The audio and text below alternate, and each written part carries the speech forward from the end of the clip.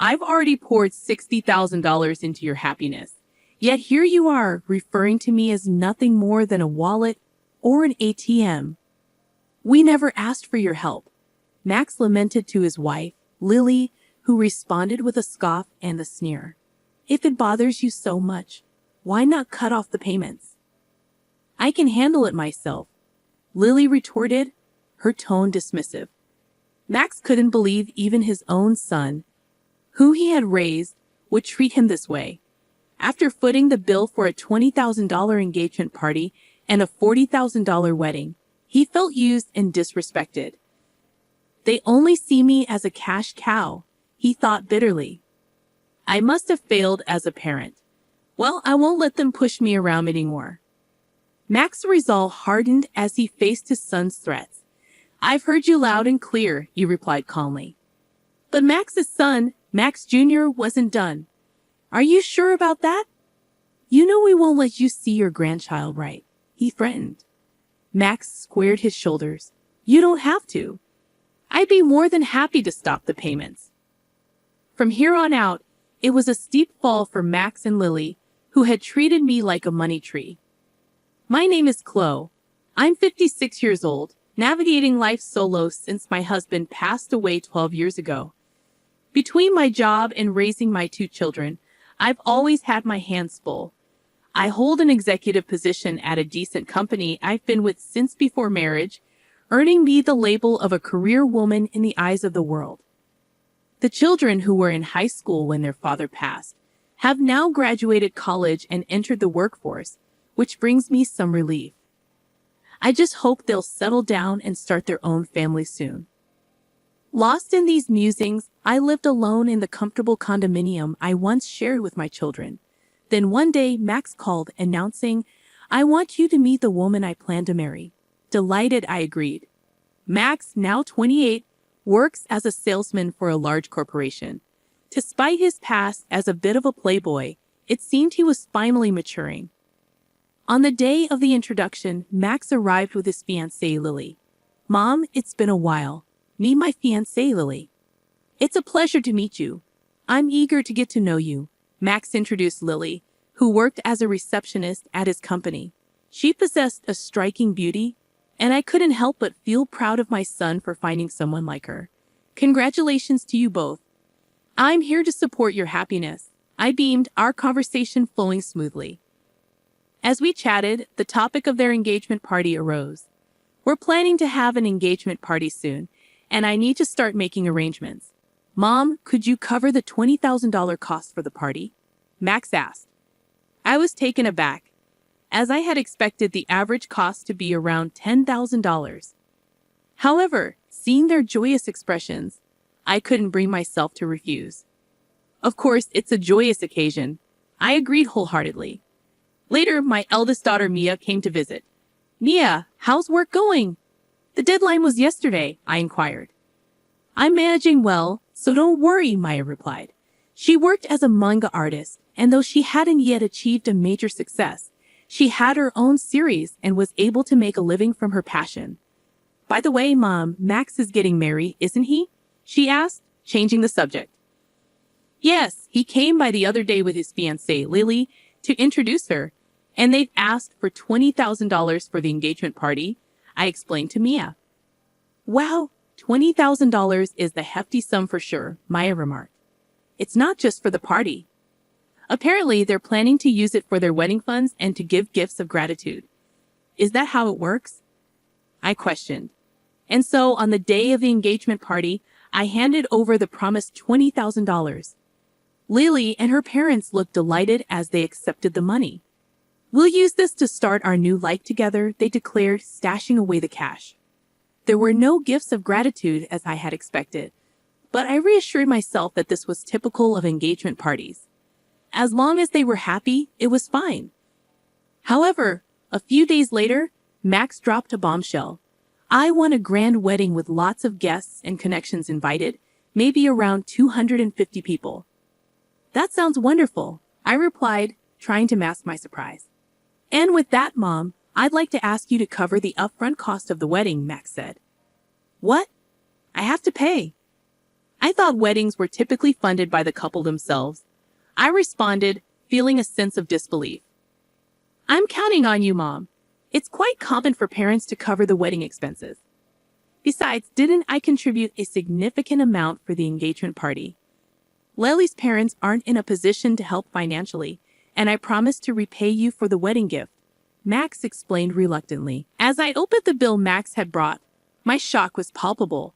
The amount stated was a staggering $40,000. The idea of such an upfront cost made my head spin. Just how extravagant were their wedding plans? Wait a minute, isn't this a bit excessive? Why not plan a wedding within your means? I questioned. It's a once-in-a-lifetime event, and Lily doesn't want to compromise.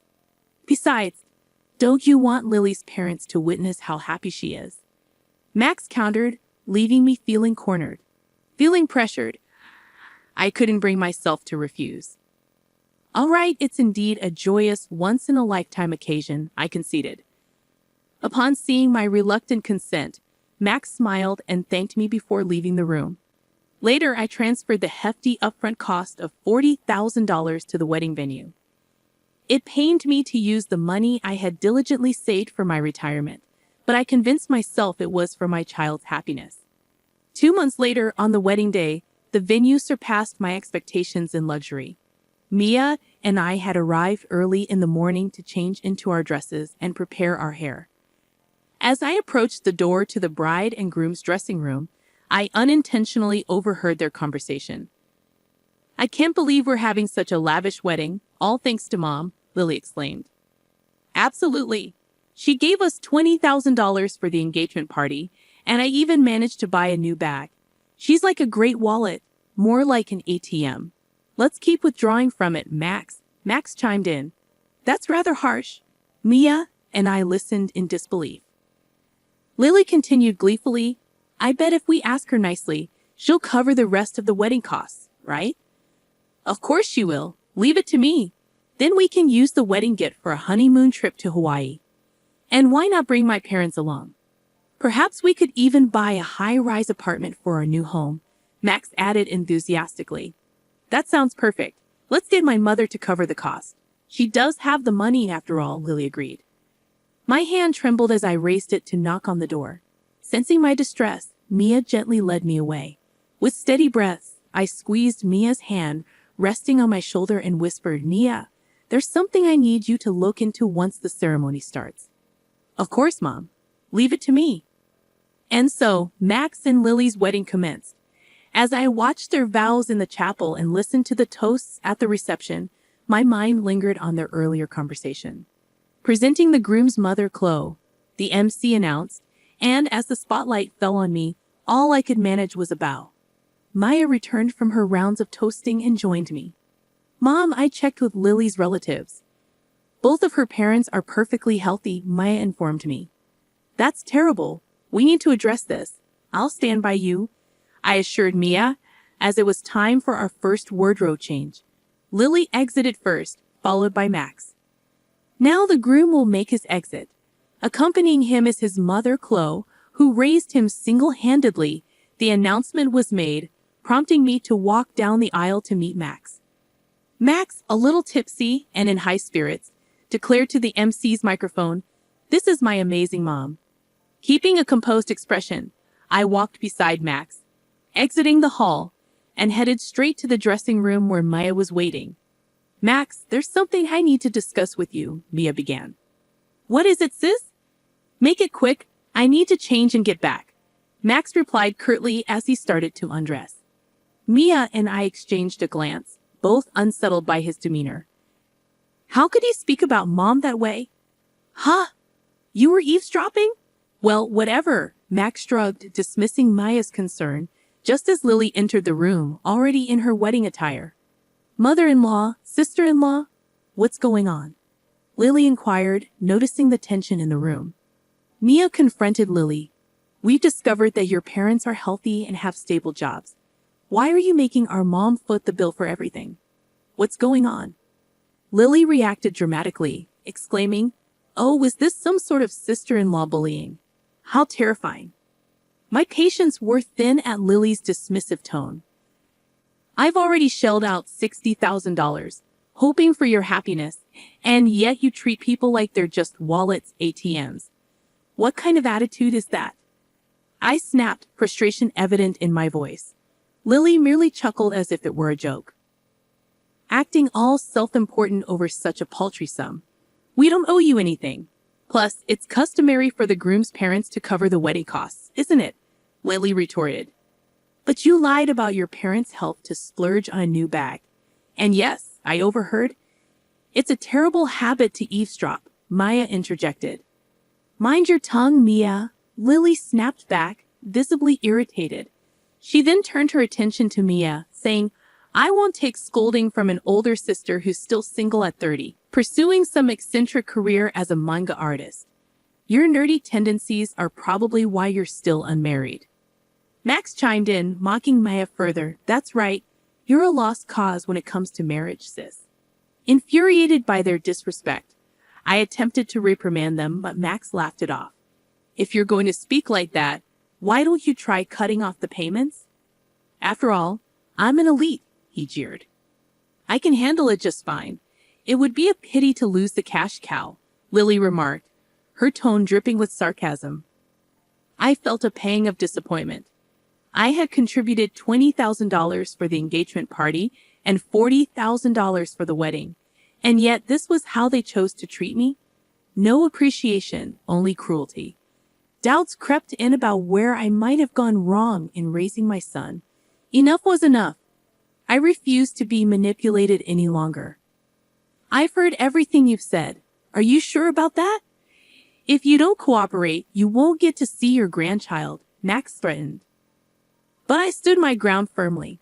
That's all right. There's no need to bring them around. I'll gladly cease the payments. Max and Lily stared at me, stunned into silence. I'm cutting ties here. I wish you both the best, I declared as I took Mia's hand, and we made our exit from the venue. The sounds of revelry from the reception echoed in the background as we left. A month later, while enjoying a quiet moment with Mia over tea at home, the intercom buzzed loudly. Oh, Mom, it's Max. What should we do? Mia asked. Let him in, dear, I replied calmly. Max, whom I hadn't seen in a month, appeared at the door looking weary and disheveled. Why the sudden visit, Max? I inquired, curious about his unexpected appearance. Mom, have you received the bill for the wedding venue? Why haven't you paid it yet? Max questioned. Oh, the remaining balance, right. It was $45,000. Yes, it arrived, but I don't feel obligated to pay it, I replied. Don't be like that. We didn't receive many wedding gifts in the end and couldn't cover the bill.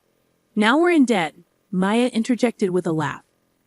From what I gathered at the wedding, it seems you two have gained quite a negative reputation.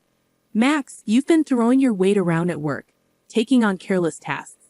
And Lily, you've been belittling other women, flaunting your appearance to snag a husband. It's no wonder people were reluctant to give wedding gifts to people like you, I explained, addressing their behavior. Hey sis, stay out of this, Max snapped, visibly angered. Mia remained composed, responding, Oh, how intimidating. Yet you mock me for being a failed manga artist or an otaku. Did you know that my manga was one of the top-selling Tyoho manga this year? It's even set to be adapted into an anime and a movie next year. Needless to say, I'm in a much better financial position than you with your debts. Maya revealed her successful career. At that moment, Max's attention was drawn to something. Hey sis, is that? Yes, exactly, Mia confirmed, proudly displaying the ring on her left ring finger. I'm engaged to my editor. He's a prominent figure at a major publishing house. A real success. So we'll be able to take care of Mom on our own. We don't need your help. We never expected our children to support us. Thank you, Mia. We're planning a wedding, but we'll manage everything ourselves. Mom, you're invited, but Max, you needn't bother, I asserted. Turning to a bewildered Max, I stated firmly, Do you understand now? Don't bother us again. With Mia by my side, we guided Max towards the front door with determination. Please, Mom, and you too, sis, Max pleaded. I just thought of something. What would you even give us money for? I interrupted, noticing Max's hopeful expression as he turned around. I mentioned that director at your wedding. Turns out I didn't realize it at the time, but he's actually a client of my company. It seems you were extending all those undue privileges because of my association. However, I've instructed them to cease such favors, I explained. I had no idea about this, Max began, but I cut him off. Please just deal with it yourself. Goodbye, I said firmly. Mia and I escorted Max out and securely locked the door behind him. Max continued to cause a commotion outside, but after some time of ignoring him, the noise eventually subsided. A year has passed since that incident. Immediately afterward, I made the decision to sell the house to prevent any future visits from Max and Lily. I purchased an apartment with elderly services, ensuring a comfortable living environment for my old age. According to a neighbor from my condo, Max and Lily showed up and caused a scene, questioning my absence. This only affirmed the wisdom of my choice. As for Max and Lily, they'd abandoned their aspirations for a luxury high-rise apartment and now reside in a cramped space. Max, it appears, faced emotion following a review of his actions. Perhaps wounded by the loss of his elite status, Max's behavior has only worsened over time. It's surprising he hasn't been terminated from his job yet. Lily, who quit her job upon marriage, continued her extravagant spending for a while, but their finances quickly dwindled. Despite their debts, Lily's lavish habits remain unchanged, and her parents persistently demand money. Allegedly, they argue daily. I can only hope that they come to understand the value of hard-earned money and learn to appreciate those around them. However, that might be too much to ask of them. Thankfully, I still maintain a close bond with Mia. Her husband is a kind-hearted man who treats me with great respect, and they are expecting a baby. I eagerly anticipate spoiling my beloved daughter and grandchild. The thought of their arrival motivates me to keep going every day.